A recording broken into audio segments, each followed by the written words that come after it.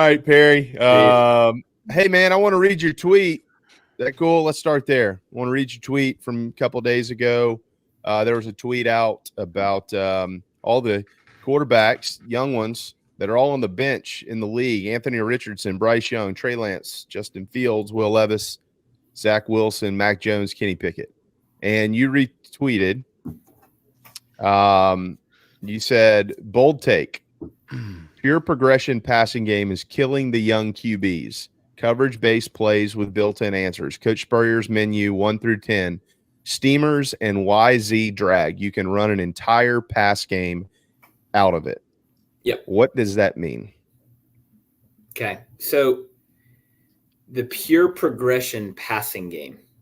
Is anybody here on the panel? Does anybody know what that is? Well, that means you're having your quarterback make the decision. You know, like on one, you go 1, 2, and then 3, and then there's an out. Maybe if I say, am I right?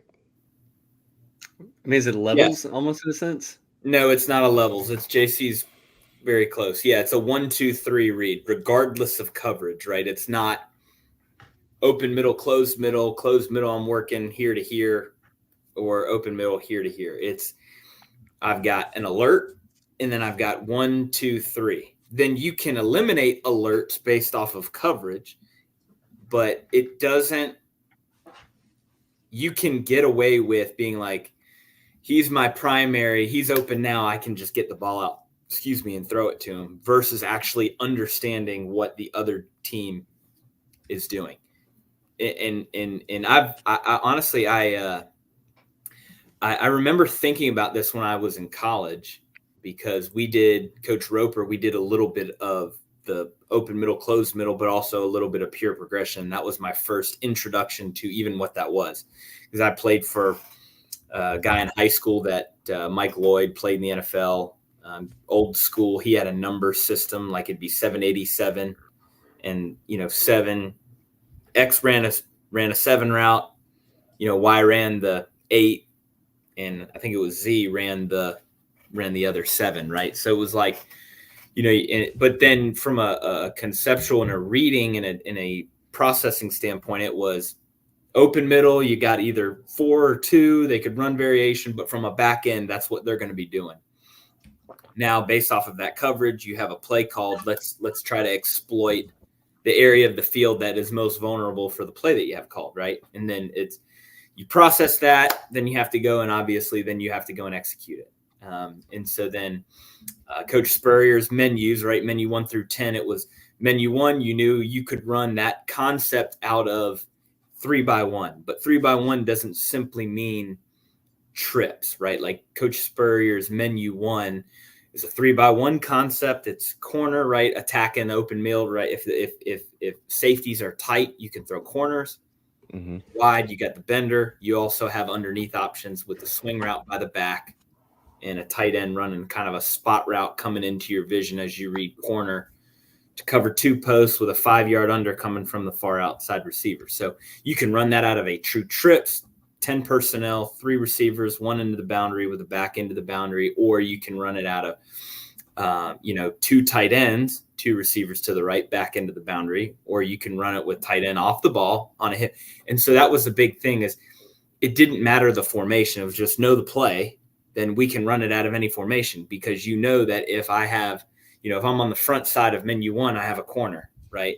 But it wasn't a corner far spot cover 2 post. It was, if I have cover 2 and I've got tight safeties, I'm working corner far spot back, right? You always read high to low. You don't want to read swing route to a corner, because you're late, then you throw a pick. And so, like, I've listened to Tom Brady, Kurt Warner talks about it all the time. It's not forcing them to sit down and review the defense and say, like, okay, if I get this formation, the defensive coordinator and the defensive tendency is to do this coverage or these coverages, right? And so I know that if I line up here, they're going to give me an open middle look here, but then also have shown rotation out of it. So then you just take all of that data, and that's why you listen to Tom Brady. What was that series he had? I think it was Man in the Arena. He talked about, like, he was he'd go to practice, he'd do practice, but he was watching 7 to 8 hours of film a day, every day leading up to the game. And all he was doing, he wasn't sitting there like, oh, I need to relearn the plays I've been running for the last 12 years here in New England. It was I need to know what they're doing, what are their tendencies, and then how can I get us ultimately. His thing was, yes, the play might come in and it might be a good play, but it might not be a good play. But I'm the OC on the field. How can I take what I've seen all week on film? I'm in this formation. I have noticed that they do X, Y, and Z versus formation. The play that is called might not be a good call. How do I get my offense into the right call? That's playing quarterback.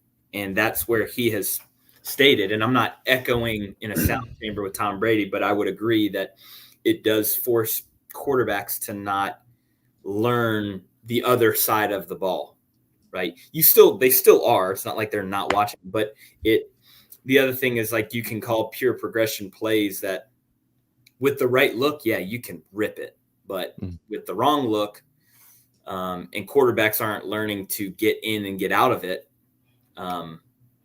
it can be a bear. And I just think that that's where they're at. And the other thing too, because of people like CJ Stroud, and I mean, even Mahomes sat a year, but because let's just use Stroud as an example. You put him on the field and he immediately becomes one of the best quarterbacks in the NFL. That is the anomaly. That's not the normal. And when you rush people out there, I mean, Peyton Manning led the NFL in interceptions. I think might hold the season record. And so, for his rookie year. And so, that it goes to show that quarterbacks need to be developed. JB, I've been telling you this since probably the day I met you. It's the reason I started training quarterbacks is I just don't think that they're developed properly. And I have a passion of doing it.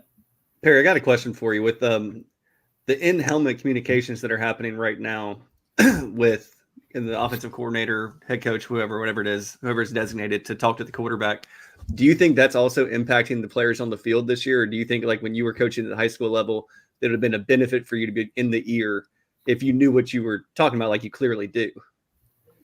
Well, I can tell you that if you've never been back there, if you've never played the position, you won't really understand that. Like, you have to do it on your own. You can't sit and rely on your coach to give you the answers to the test, because he's going to be wrong, right? Like, it would kill me if I had a play call and I had a few seconds on the mic and was like, hey, they're going cover 3. And then at the snap of the ball, the quarterback doesn't see it. And he drops back thinking it's cover 3, but they rotate into cover 2 and he's throwing a flat route and hitting the corner in the chest for a pick 6. Right. So it can help, but you have to understand, like, you have to let the players play the game. You can't over coach it. You give them the play, maybe give them a tip to look for and say, hey, remember on film that if they, at a 3-by-1 or out of our trio formation, remember they're going to try to play quarter halves. Then you got to shut it down.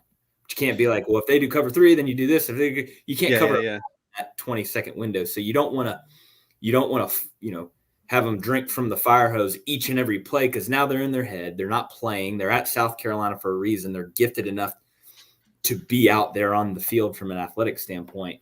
And specifically for South Carolina, literally the last thing you want to do is not let LaNorris Sellers be an athlete. So, and that's where I was kind of going with that. Go ahead, JB. Yeah, that's what I want to redirect. But good question, and I want to redirect that question and my initial question into LaNorris Sellers, because I want, I asked you that question based on the tweet. You were responding to a tweet that was out there.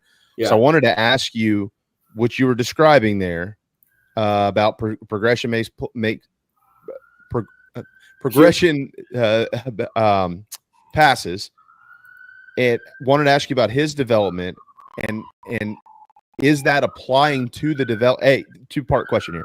Is that applying to the development of LaNorris Sellers? That's one, Perry, based on your eyeballs and what you see and understand. The other half of my question is one of our dear buddies, your boy Steven, was on yesterday, and Steven said something that was Mike heard it and kind of nodded his head when he said very, very, very eye-opening if people have, I don't know, maybe never called a play in their lives or never played quarterback. Yeah. you call plays to set up plays. Yeah. Right. Mm-hmm. If play A or 1 or 7 or whatever it is not executed, it doesn't set up the next play. And so you have to go back and kind of adjust things. And so with a young quarterback and a guy like Coach Loggins, who's coached in the NFL, obviously, and now he's been the OC here for a couple of years, we don't know how much of that happens. Like, he makes a play call and maybe Sellers doesn't make the right read or hands the ball off and he shouldn't have or whatever. They're never going to throw their quarterback under the bus publicly. But how much of that is more realistic than the fan base understands? So I know I just threw a lot into 2 questions there, but if you can kind of overlap the answers, that'd be awesome. Yeah, so I'll start with, touch on the development of Sellers. I think that's been nothing but positive. I think going back to the Oklahoma game, he wasn't running around putting the ball in jeopardy, right? So that was, as we've watched the season unfold and I've been on the show giving my 2 cents, is more so than the explosive plays and having him watching him make, 1, 2, 3 ball, or, 1, 2 shift check down, right? Or it's taking care of the football when the pocket breaks down. Don't, put the ball on the ground and try to spin out and do something crazy. Climb the pocket, stay in there, and then at the last second, then you want to take off and move. I thought he did that a lot better in the last game. From a progression standpoint, it's now you continuing to build on that, taking care of I think that if we win the turnover battle and LaNorris doesn't turn the ball over Saturday, I think we win. I don't think that they're gifted on offense with the way we play defense to go out and just light up the scoreboard, especially in the environment they're ready to play in. But, from LaNorris' standpoint, so then you take that part of his progression as getting there. Then from a passing game, it's, in my opinion, I think it's more difficult to, and I don't know what we run from a passing game standpoint. It's probably a blend of both. The NFL's big on the pure progression, but they also do the standard open middle, closed middle read. And so that what that does, in my opinion, is that when you're taking away and you're just forcing him to say, hey, open middle, we're working the right side of the field, right? So now you're keying on a certain defender saying that if I sink, you're throwing short. But if he comes hard or jumps something underneath, there's something coming behind you, whether it's a curl flat or a hitch dig, right? It's whatever this guy does, he's wrong.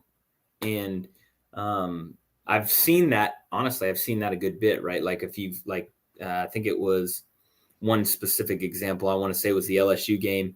It's a pretty standard play where you have a stick concept to the field and double slant into the boundary, right? If Mike is more walked over to the field and runs to take the stick, you change your eyes, come back to the slant replace where he just left, and you're throwing completions. I've seen that a couple of times. Those are great plays for somebody at his level, because it's not like, hey, I'm keying this guy, and if he does this and I do that, or if I have this pure progression play, and if they're in cover 2, then I know I'm going shallow cross to dig, or if they're in cover 4, then I'm going, then I'm starting with my alert. It eliminates a lot of the thinking, whereas if this guy goes right, you go here. If he's left, you go here. Or if they line up here, you're going right. If they line up here, you're going left.